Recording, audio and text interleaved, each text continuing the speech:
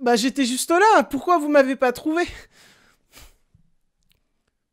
Hello et bienvenue dans cette première de Criticulte. Criticulte, qu'est-ce que c'est? Eh bien c'est tout simplement des critiques sur des films cultes ou des films appartenant à des sagas cultes. Et aujourd'hui, pour cette première, je souhaitais te parler de Freddy chapitre 3, les griffes du cauchemar. Alors avant de commencer, je ne suis pas un immense connaisseur de la saga Freddy. À vrai dire, je n'ai vu que 2 de ces chapitres, à savoir le premier et le 25e. Ah non merde, il n'existe pas celui-là. Je voulais dire le 3e. Ouais voilà, c'est ça, le 3e. Je suis pas sûr de mon humour. Mais ne pas être un immense connaisseur de cette saga ne m'empêche pas d'en parler. Hein? Allez, let's go.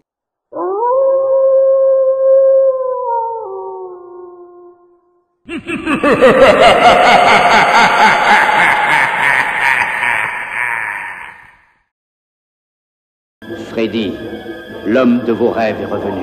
Freddy chapitre 3, Les griffes du cauchemar est un film que j'ai découvert assez récemment. Je me suis penché dessus parce que, premièrement, j'avais pas mal aimé le premier chapitre lorsque je l'avais vu il y a quelques mois déjà, et deuxièmement parce que je ne cessais de lire, d'entendre des critiques assez élogieuses à l'égard de ce 3e chapitre. Du coup, j'étais intrigué. Et donc, c'est bien beau d'expliquer des choses dont tout le monde se branle, mais ce qui nous intéresse réellement, ici, c'est de savoir... est-ce que le film est bon, du coup? Eh bien oui. Mais genre...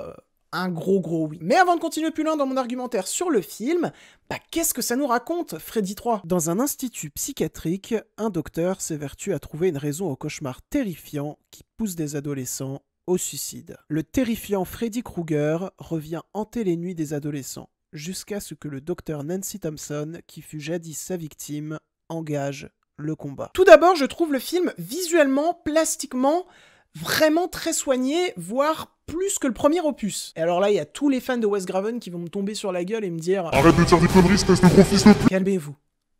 J'aime beaucoup Wes Craven. Et j'aime beaucoup son univers cinématographique. Mais force est de constater que dans Freddy 3, j'y retrouve une esthétique du cauchemar, une esthétique de l'horreur glauque, crasse, qui m'intéresse plus. Elle était un petit peu présente dans le premier, mais pas assez selon moi. Là, dans Freddy 3, ils y vont à fond. Et personnellement, je trouve ça super intéressant. Il y a vraiment un gros effort sur l'esthétique visuelle dans ce film, que ce soit au niveau des décors merveilleusement glauques et envoûtants, je trouve, ou encore dans la photographie, qui est vraiment très soignée, selon moi. On a beaucoup de teintes bleutées ou de teintes très rougeâtres. À chaque fois, ça te pète à la gueule, alors ça peut en déranger certains, mais personnellement, je trouvais que ça fonctionnait vraiment pas mal. Il y a également des cadres que je trouve vraiment très soignés, très bien travaillés, qui sont parfaitement au service d'une narration visuelle très fluide et très maligne. Aussi, je trouve le film ultra ludique, et je vais prendre en exemple les traits caractéristiques des personnages. Un des personnages fabrique des marionnettes dans le film, et lorsque il va se retrouver confronté à Freddy lors de l'un de ses cauchemars, eh bien Freddy va faire de ce personnage un putain de pantin, une putain de marionnette humaine. Déjà, ça, en termes de mise en scène, c'est ultra cool parce que ça prouve que le réalisateur a tout compris. Mais en plus de ça, je trouve les effets pratiques dans cette scène extrêmement bien faits.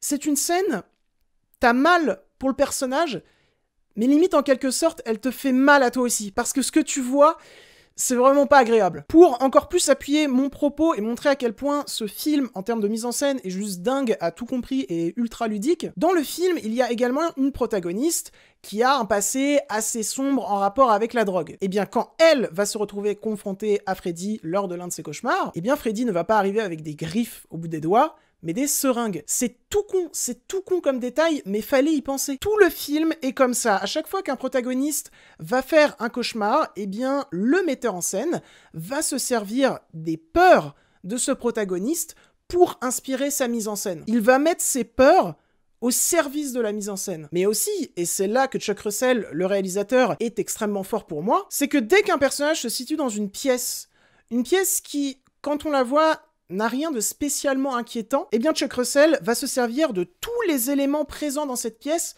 pour créer de l'horreur. Exemple. Sans spoiler, à un moment dans le film, les personnages se retrouvent dans une sorte de couloir où il y a plein de miroirs. Et là, Chuck Russell, qu'est-ce qu'il se dit? Putain, j'ai plein de miroirs. Déjà que mon esthétique est belle, faudrait peut-être que je m'en sers pour créer de la mise en scène. Et vous savez quoi? Tous mes personnages vont être aspirés par Freddy dans ses miroirs. Wow. C'est ultra ludique, c'est ultra efficace, et surtout tu sens que le réal s'amuse derrière sa caméra. Bref, c'est génial. Mais en plus d'une mise en scène ultra inspirée, et qui est pour moi la meilleure mise en scène entre Freddy 1 et Freddy 3, bah personnellement, la mise en scène que je préfère, c'est celle de Freddy 3, même si, encore une fois, celle de Wes Craven reste très bien, vous inquiétez pas, j'aime beaucoup le cinéma de Wes Craven. Pourquoi je parle comme un vieux? Bah en plus de cette mise en scène ultra inspirée, je trouve le film vraiment pas déconnant dans son écriture, parce qu'il va parler de sujets durs à traiter, comme par exemple la dépression ou encore le suicide, mais ça ne va jamais traiter ces sujets-là de façon maladroite ou cringe. J'ai personnellement été franchement touché par cette bande de petits jeunes qui, pour s'en sortir, vont devoir tout simplement veiller les uns sur les autres, s'entraider. De plus, le film, au niveau de son écriture, à un moment, va faire un choix. Si vous avez vu Freddy 1, Freddy 2, personnellement, j'ai pas vu Freddy 2, peut-être que les trois se suivent. En tout cas, Freddy 3 suit Freddy 1. Bah, si vous avez vu Freddy 1, ce choix est ultra couillu. Au début, tu penses qu'ils vont pas trop l'assumer, mais au final, ils l'assument. Et en vrai, c'est une bonne chose, parce que au-delà d'être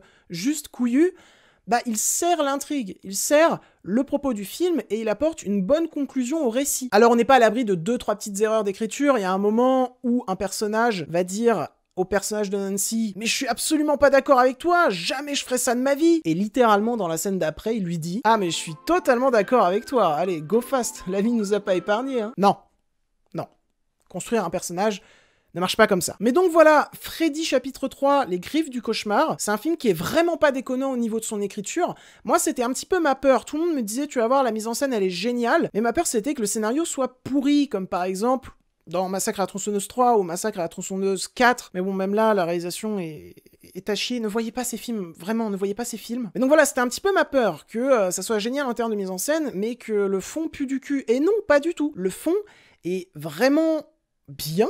La mise en scène est géniale, c'est beau, je vous affiche quelques plans actuellement, voilà, bah regardez comme c'est beau. Freddy chapitre 3, Les Griffes du Cauchemar est un vrai bon film d'horreur, et est une vraie bonne suite au premier Freddy. Et donc voilà, je pense avoir dit tout ce que j'avais à dire sur l'œuvre, j'espère que cette première de Criticult vous a plu. Criticult, je suis pas sûr du nom encore. Et en vrai, au-delà du fait que le film m'a plu, si j'avais envie de vous en parler, bah c'est parce que tout simplement, tout le monde parle souvent de Freddy 1, qui est un véritable film culte, mais peu de gens parlent de ses suites, ou en tout cas peu de gens parlent en bien de ses suites, parce que pas mal de gens, dont moi avant, pensaient que toutes les suites de Freddy étaient nulles à chier. Et c'est pas vrai. Freddy 3, c'est trop cool.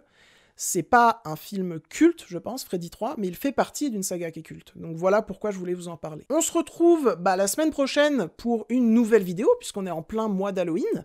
Voilà, je suis très content de réaliser ce mois d'Halloween, et j'espère qu'il vous plaît. Je tiens un compte Twitter, Instagram, Sens Critique et Captain Watch qui s'affiche en description, n'hésitez pas à aller me suivre dessus car je suis très présent. Si cette vidéo vous a plu, n'hésitez pas à la liker, commenter, partager et à vous abonner à la chaîne parce que bah ça fait toujours plaisir, hein, j'avoue. Sur ce, je m'en vais côtoyer d'autres univers et je vous dis salut. Surtout ne dors pas la nuit.